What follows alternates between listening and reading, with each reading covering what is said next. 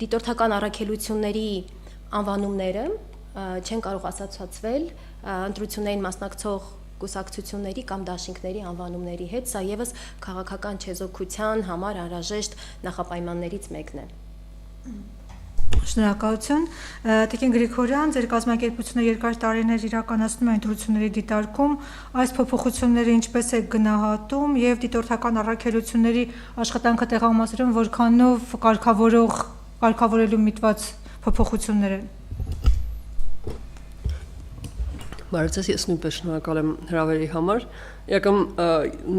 Եկեք սկսեմ նախորդ հարցի պատասխանելով նաև փոփոխությունների առաջարկությունը իրականում առաջին հերթին եկել է մեզնից, ոչ թե կենտրոնական դրական հանձնաժողովից, ուզում եմ դա հստակ լինի, որովհետև սա հիմնված է դիտարկումների վրա, որ մենք ունեցել ենք վերջին տարիների ընտրություններին, հատկապես նախորդ տարվա թիմ ընտրությունների ժամանակ, ու դրանց հիման վրա նաև մենք ներկայացրել էինք դիմումներ դիտորդական առաքելությունների հետ կապված կենտրոնական դրական հանձնաժողով, որոնք խախտում էին չեզոքության կանոնը, ու դրանից ըստ էության պարզ դարձավ, որ չնայած որ օրենսգիրքը նախատեսում է, որ պետք է ապահովեն չեզոքությունը, պահպանեն չեզոքությունը, բայց անհնարինություն չունի մեխանիզմներ գրանցումը չեղարկելու այդ հիմքով։ Այսինքն ստացվում է, որ պահանջը կա, բայց պահանջի հետևանքները թերի են, չկան։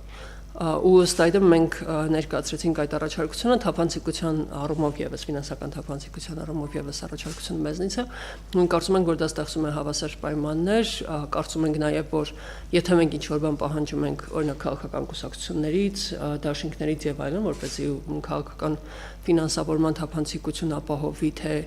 կուսակցության մակարդակում, թե նախընտրական հիմնադրամի մակարդակում, պետք է նաև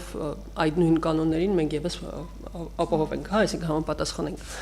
Ըստ այդմ մենք խնդիր չունենք նրա հետ, որ բացահայտում ենք մեր տարեկան ֆինանսավորումը ներկայացնելով հրապարակային հաշվետվությունները